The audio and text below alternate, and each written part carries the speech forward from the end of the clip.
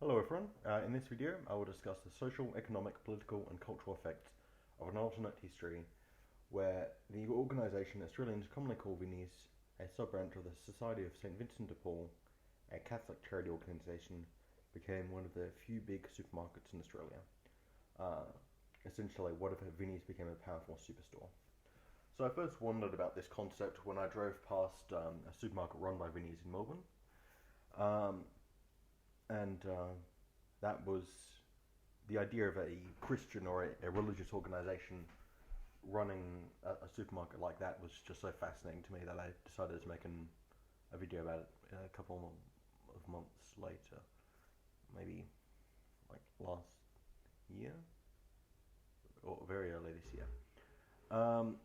so the point of divergence in this timeline is that in 1890, Vincent de Paul's Melbourne branch networked with William Carr, a fiery Sydney-based socialist preacher who is widely known to be a master orator, to figure out how to fulfill their mutual aims of trying to improve the lot of the poor and needy via social activism and worthy deeds. From there, a plan formed to raise the bar of what was expected from companies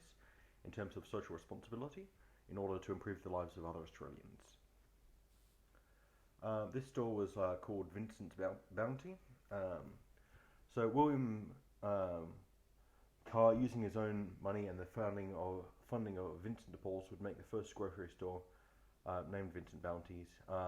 which was later shortened to Vinnies in popular vernacular. So a grocery store formed by Catholics for a laudable purpose would have a number of advantages over capitalist grocery stores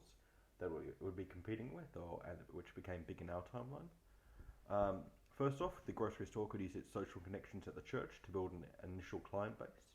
use its social connections with farmers and people with gardens to negotiate buying food more cheaply and taking excess food off people's hands when they produce too much of it. I know from personal experience where I live that in September and October, everyone within a 50-kilometre radius of me, including my family, has too many lemons, and using an informal economy of favours, this store will be able to fix problems which would crop up more cheaply and easily than if they were done by professionals contracting them, as would happen with other supermarkets or grocery stores this time. So I imagine this time the Vinnies would write down a constitution laying out what it could and couldn't do. This was quite the rage at the time. So, and still to some degree to this day. So a mock-up of some points within it could be that they need to balance the increase of the price of the food from where you bought it to the amount poor people would be able to afford, so as to be able to both expand to provide these services more easily and provide cheap food to the poor. Higher percentage of people to be decided who are or were long-term unemployed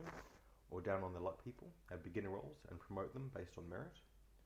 3. To sell food at a rate designed to not waste any stock, reducing the price of foods when there's an excess of them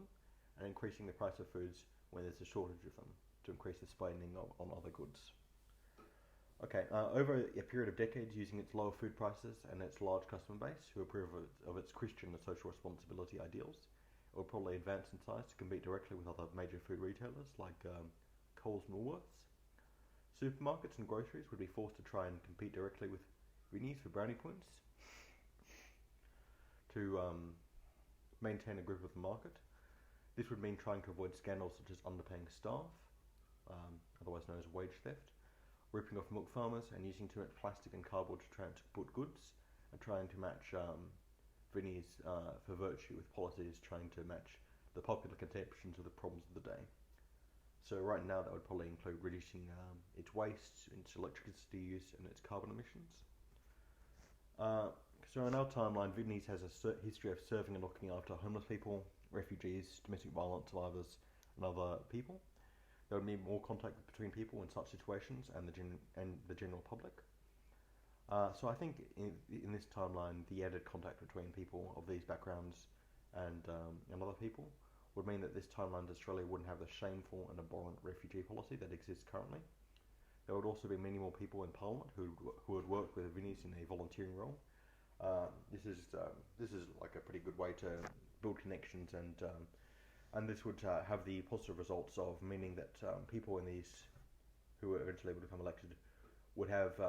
personal experience with people in these circumstances and have greater knowledge, empathy, and understanding of nuance in order to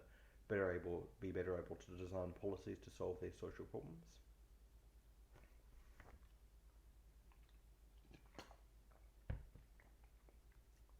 The economic effects of a company culture which has quotas of hiring long-term unemployed people would be that there would be less homelessness, less economic inequality. Farmers in this timeline would be paid more for the food items they produce and would be richer and more resilient to drought. Political effect of this institution would be that there'd be slightly less demand for a welfare state, and the Christian socialist movement within Australia would be larger, with many people following such an ideology within and without the Labor Party, and perhaps other parties like the Liberal Party and the Greens. A funnel for politicians would be created where people who work with Vinnies charitable arms would eventually become politicians and who may see their actions politically as an extension of their social work within their organisation and as a manifestation of their faith. There may also be a minor party of Christian socialists in federal parliament in this timeline. So cultural effect of such an institution would be that comedians and popular figures would often donate and fundraise to support Vincent de Paul's charitable arms and would hold them up as an exemplar of what Christian and political religiosity should be, using this as a positive example to criticise other political and religious groups in this timeline who would probably still exist, such as Southern Baptists, Scientologists, and the wider Catholic Church. So I'd like to talk about a point here on the reason I chose this subject to talk about. So basically I wanted to make the case in this video that a capitalist society without necessarily a governmental safety net can earn praise for improving people's lives and fixing social problems if the people who make up that system think, work hard, and earn it. The problem with society, along with the solution to this, the problems with society, along with the solutions to them, has been and always will be people. Pure capitalist societies which have strong familial and religious-based social safety nets and don't exclude or keep people out, or make life unbearable for them within a household for people for reasons such as their religion, gender, sexuality, marital partners, and so on, and only exclude those from violent, untrustworthy, or abusive or people who are violent, untrustworthy, or abusive, can abort homelessness and poverty. This is a main driving factor for homelessness in the first place, is that people kicked out for these reasons, and if there was an understanding or like a social commitment to filling the void and not trying to and continuing to house people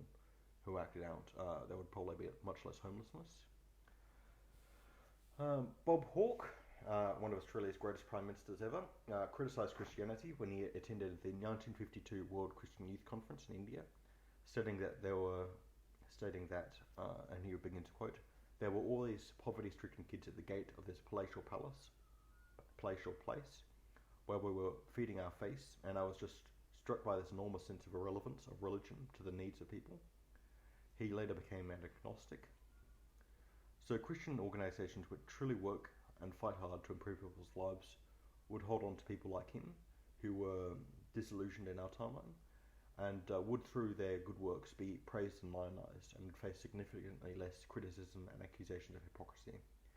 In the absence of such a morality of sacrifice and help giving, there will always be a drive towards a political system which meets the needs of these people, and criticisms of society and institutions which fail to do so.